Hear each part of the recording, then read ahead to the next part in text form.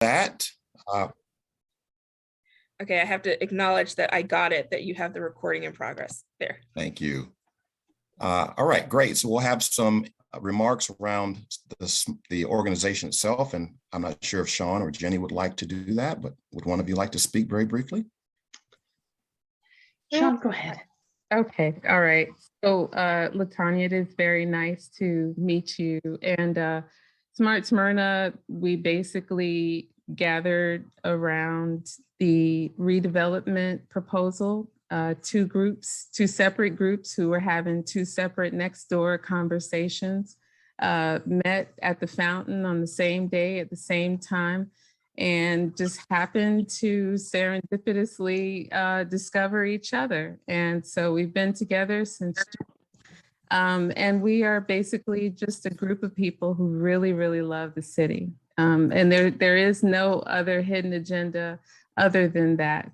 And we were so taken aback by the actions that our leadership was taking with such a swift hand that we felt the need to come together and encourage people to be a part of the process. And so that's exactly what we are here to do, is to encourage people to understand their government, to play an active part, and to be told and informed about what is happening in our city, and to also hopefully affect change where change can be made.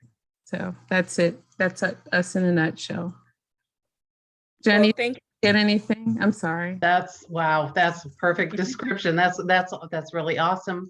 Yeah, we're just here. We all just love the city. We have no vested interest. We're not we don't make any money. We're not profiting in any way, but we're just very concerned citizens, and we all love the beauty that the city has and the diversity. And we just want to see that protected, especially for people who have lived here a long time. We really love it. All right. Well, I can totally respect that. And I understand that. I'm going to tell you a little bit about myself and how, one, I'll tell you kind of how I came to be here. It looks like someone else is coming on, but I guess I'll keep going. Is that okay? Or do you want me to, you want to acknowledge the person? Fine. Okay, so I'll tell you a little bit about how I came to be here. I'm originally from Florida, Gainesville, Florida. Sometimes I have to be guarded about when I say that because people don't like the Gators, but I am a double Gator, born and bred. And I interned at the U.S. Attorney's Office when I was in law school.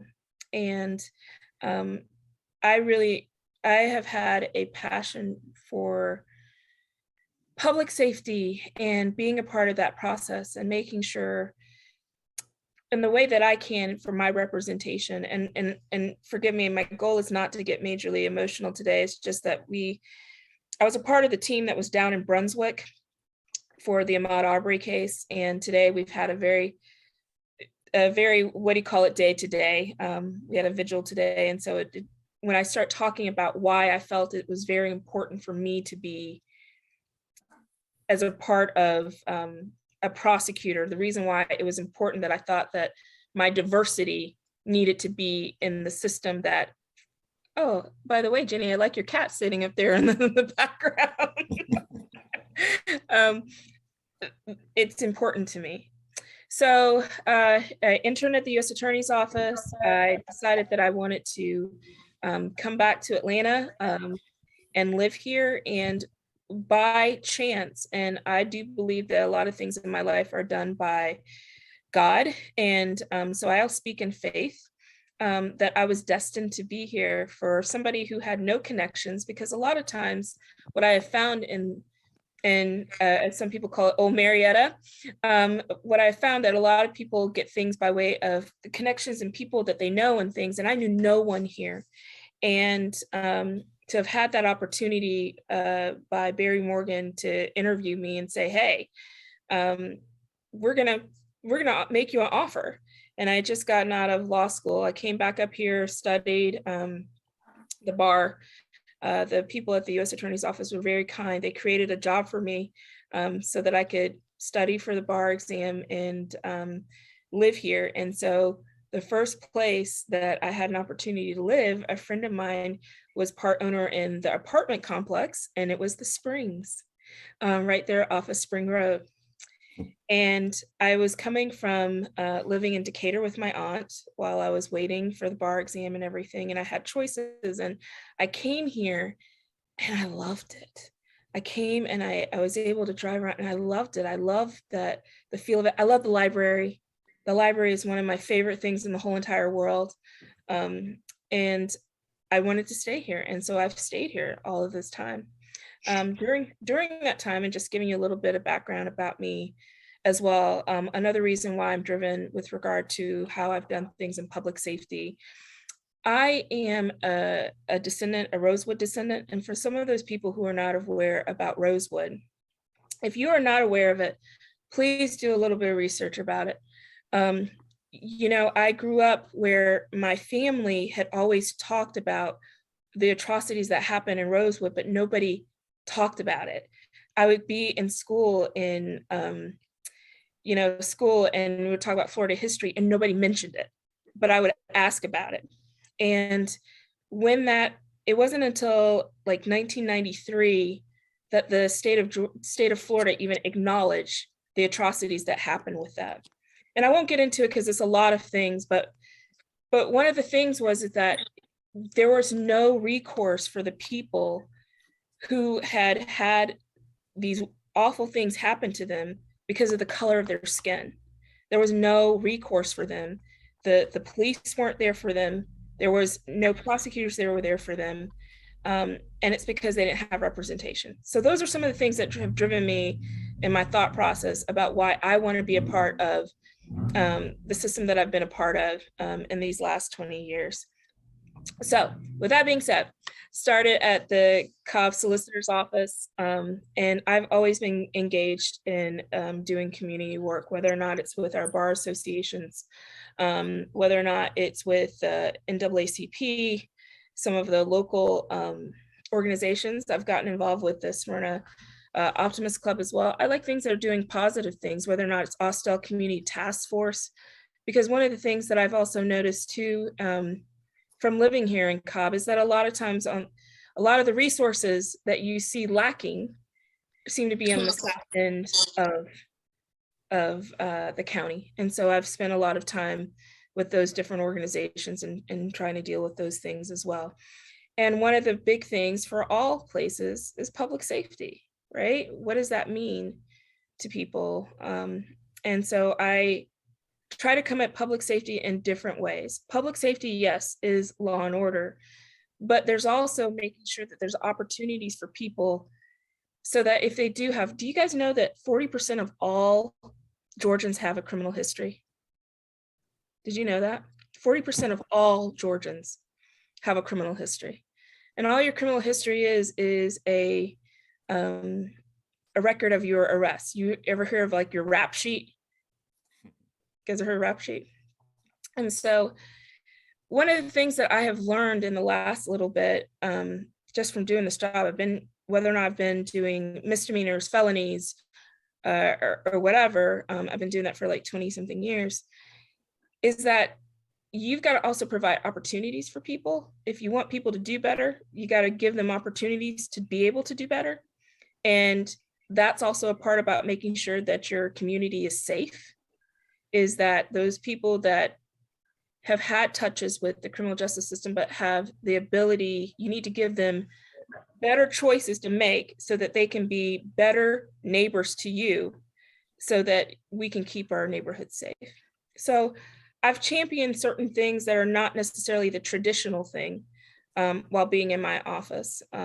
Things like record restrictions and expungement events for people who have had, let's say you've been arrested, you've done whatever you needed to do, your case has been dismissed, but this is still hanging over you when you go to try to get a job. This happens to kids who go into school and they get a charge that's hanging over their head. And when I say kids, to me, a kid at this point is like, you can still be 20 something years old and you're a kid. You're making stupid decisions, but they're going to affect you forever. And those things shouldn't be still over your head. And so one of the things I championed doing was our Cobb Second Chance Desk. And you can always Google that and find some information about that. But Second Chance Desk is something that is helpful to everybody in a different way for public safety. When I had a gentleman who was 70 years old and he was not being able to get housing because an arrest from many, many years ago, I mean, this man has lived an upstanding life, but for many, many years ago, this arrest was stopping him from getting housing. When you see stuff like that, you know something needs to change and you need to be able to help people out. And so that's why I champion doing our Cobb Second Chance Desk, which allows for expungements and record restrictions and sealing and doing those things so those people can truly be returned in the way that they need to be returned. Because, and when I say that, I don't mean murderers. I mean, I deal with murderers. Like, I don't mean murderers. Murders deserve what they get. They should be convicted and there you go. But I mean, for people who have made stupid mistakes or whatever, give them the opportunity to be able to restore themselves. So that's just telling you a little bit about me and my approach for public safety. It's a round approach. And so that's just how I've kind of worked with things. One of the other things that I would say, and somebody else is coming into with regard to how I've come into this space, is that I want to be impactful. I feel like I have had the ability to be impactful within my county. I am aware of the issues also in the cities. As a prosecutor who's had to be the prosecutor in both misdemeanor world and in felony worlds, I know our cities. Not only do I know our cities, I know what we face with regard to traffic. Don't get me started on traffic. I know about traffic. For the person who served in traffic court, I know about traffic. I know about our intersections. I know about dealing with those things. I also know, what we've seen in the last couple of years about increase of certain types of crimes and things like that. One of the things I also know too is that when you look at our board and look at our council, you don't have somebody who has the background that I have. And I think that background is something that is very, very helpful. Besides me getting into diversity, and the reason why I think diversity is important, especially when you serve a city that is a diverse city, and why those things are important. So there's those things. So I want to be more impactful in the city that I live in. And one of the things that I found that people do not realize, and I'm not going to get into, I don't get into like politics and specifically, but there is so much power and change that can be done when you do it on the local level. The local level controls who your chief of police is. It controls so much with regard to how development is. It controls your day-to-day life, housing, those choices. Those things are very, very important. And I wanted to be able to say that I'm a part of making some of those decisions and being able to give my perspective as well. So those are some of the things that have kind of driven me in my thought process about being involved. And I keep looking at the time, so I'm trying to like hurry up and get, there's so much I can say. Like, hopefully you'll invite me back and we can talk about like even more things and specifically. Absolutely. Specifically, but I wanted to try to give you just a little capsulation about things that are important to me, and how I've got myself kind of into this space, and the fact that I believe in service. I believe that I'm destined to be able to do service because I have been very, very blessed to be able to be in places, and forgive me for the permission of doing this. It is so important, and I say this to you, and no matter what you ultimately do for election purposes or not, if you decide that you want to run or be a part of the office, you are already doing some important work when you gather together and you care about your city and you care about the officials, you care about what's going on. And the reason I say that is from being down in Brunswick for as long as we were, and seeing when I think about Miss Wanda Cooper Jones and what she went through what she went through that she shouldn't have had to go through for 74 days. because the people who were in those places didn't do their job the way they were supposed to do their job. So it is important to have community members out there who are able to say, hey, I don't like what you're doing. I'm elected, and you say, Latonia, I don't like what you're supporting. I want you to do that. If you think somebody is doing something that is not good for everyone, or you see a decision that's made, I think you need to do that. I think you need to speak up. I may not always agree with you, but I rather have people who speak up and say something than not say anything. And I'm sorry, I don't mean to put it in the same realms, but every time I think about it, and plus today was just a very emotional day. Every time I think about it, it is important that we have people who stand up and they speak and they be voices, because sometimes you're being a voice for somebody else who doesn't have the ability to do so. So there you go. That's my soapbox speech on that. So are there some questions or things that you want to ask me, and maybe I can be more specific, but we're having a conversation. So I was just telling you a little bit about me. I can tell you more things. I love Sephora. There you go. Boom. That's something that's totally random. Little known fact. Little known fact. I try not to watch figure skating too much. It gets me very emotional about it. I don't think it's very fair sometimes in the judging. True. We do have a few questions, some Okay. that have been submitted by this audience and some other members, and so I'll try to cover as many of those, and then we may have others that I don't have listed, which we will certainly entertain as time permits as well. But first of all, thank you for your commentary and your introduction and remarks. I think that's given a lot of us who are not familiar with you a good baseline for context about who you are and what you stand for. So we really appreciate those comments.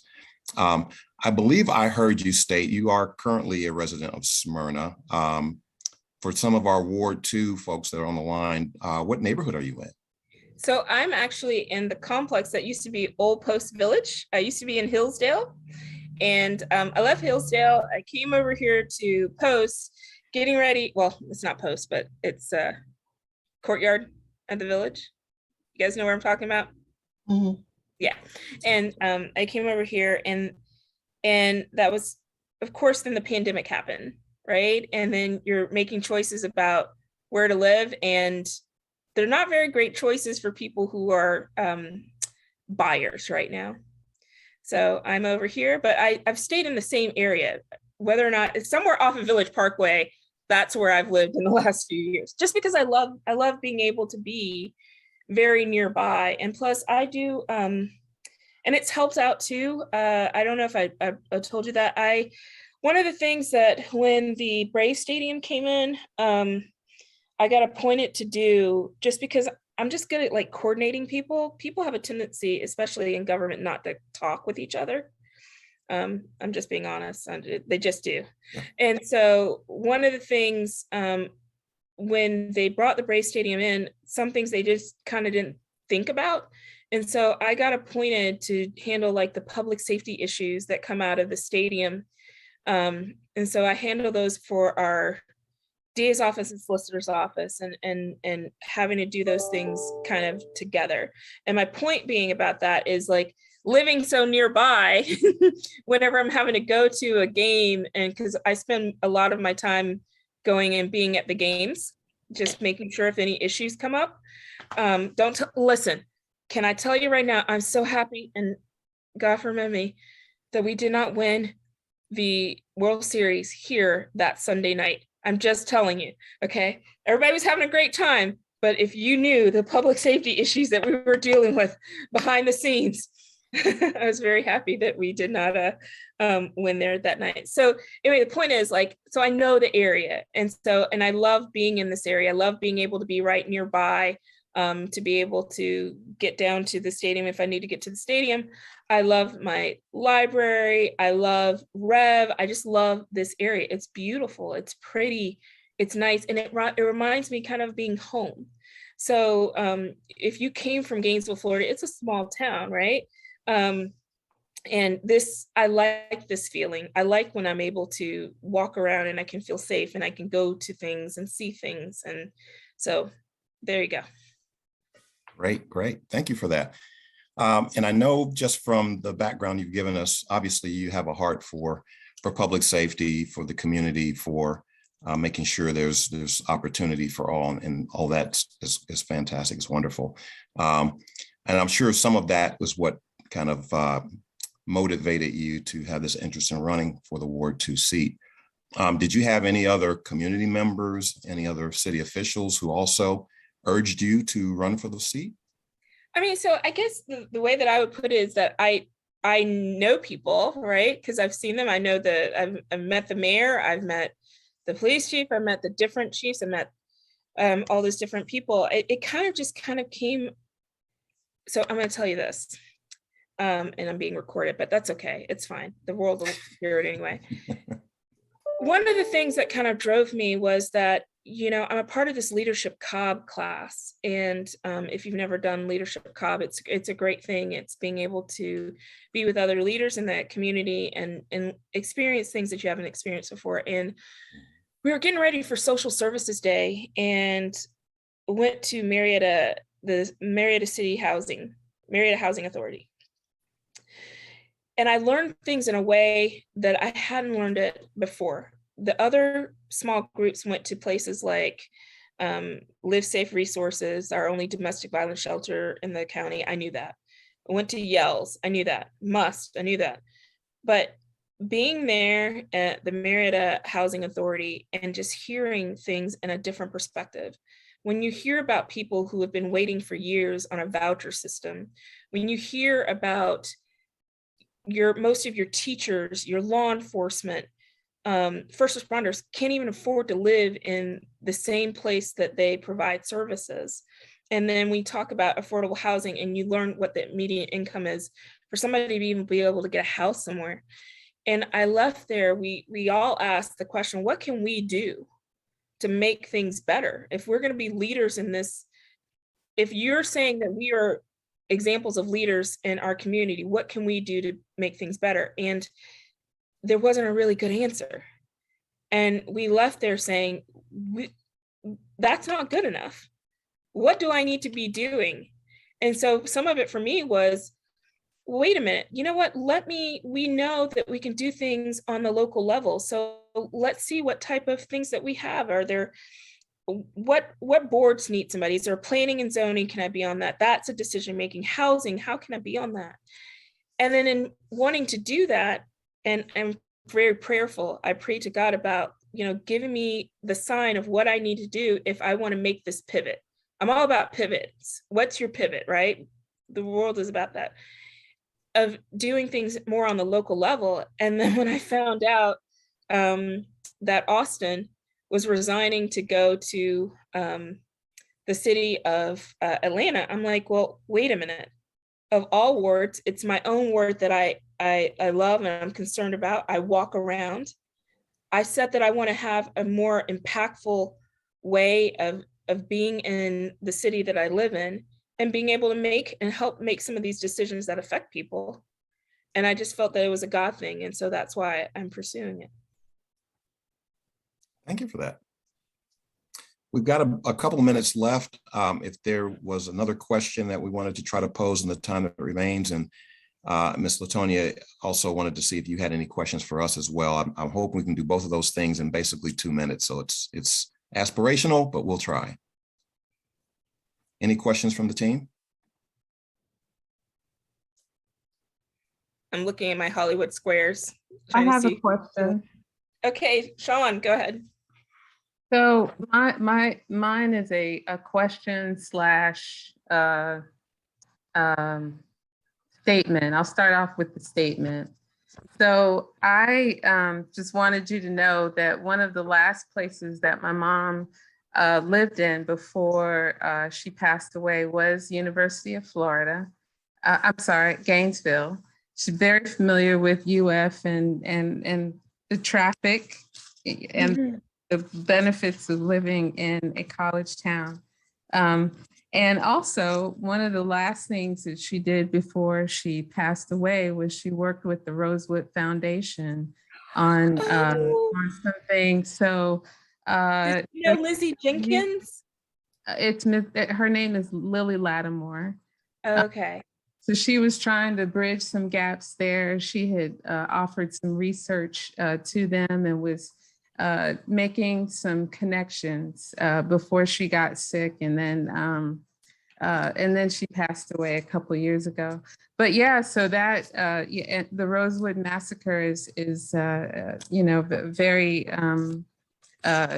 very sad and true story. And yes, everyone should find out about it. My question for you is, what are the most pressing issues for Ward 2 that that really mean the most to you, and where you can also be most effective? Okay. And so I'm looking at time because we're now at 7:30. Oh my 7:30, gosh, yeah. I've got to go Sorry. over to something else. Oh, and I know I'm not, as you can see, I can't do a question like that in really, really quick times. So I'm going to try to do it in like a minute. And Okay. if you give me the opportunity, I'll come back if We you would don't love mind. that. Yeah, I'll come back. Or you could just write it out if you want to write a yeah, statement just send it to us, us. email it, Oh, okay. But depending on your time. I like It's up kind of to talking you. to. It's So, up to you. okay. Do you mind if I just hate to stop in the middle of trying to tell you some of the things because that's a really important question that I want to be able to answer. Do you mind? I'm so sorry. I feel so badly. Nope, No we're respectful of your time, absolutely. Yes, Okay, can I ask absolutely. a quick question? When do you guys meet? When do you meet? When do you normally meet? Wednesday nights. Okay. Right about 7 o'clock, right about this time. So 2 weeks from here is when we'll meet again. Okay, well, if you want me to come back, just let me know and I can either Yeah. tell you really quickly or I can put in an email and I can do both. And I can do both Wonderful. of those. Thank you. You're That's always wonderful. welcome. Thank you so much for your time this evening. Oh, no, thank you. And I want to hear more about what you do. So I'm so sorry. Ugh, time Okay. gets away. Pleasure but to meet thank you. No worries. We'll look for another opportunity. Okay, and Sean, I will get an email back to you and hopefully you'll give me an opportunity to talk some more. As you can see, I can talk a lot. Oh, that's what I do for a living. But anyway. Thank you so much. Thank you guys so very, very much. And thank you, Montserrat, so much for setting up this opportunity. Thank you. I really appreciate it. Sure. Thank you. All right. Nice talk. Bye. Nice talking with you guys too. Take care. Take care. Take care. Bye. Bye.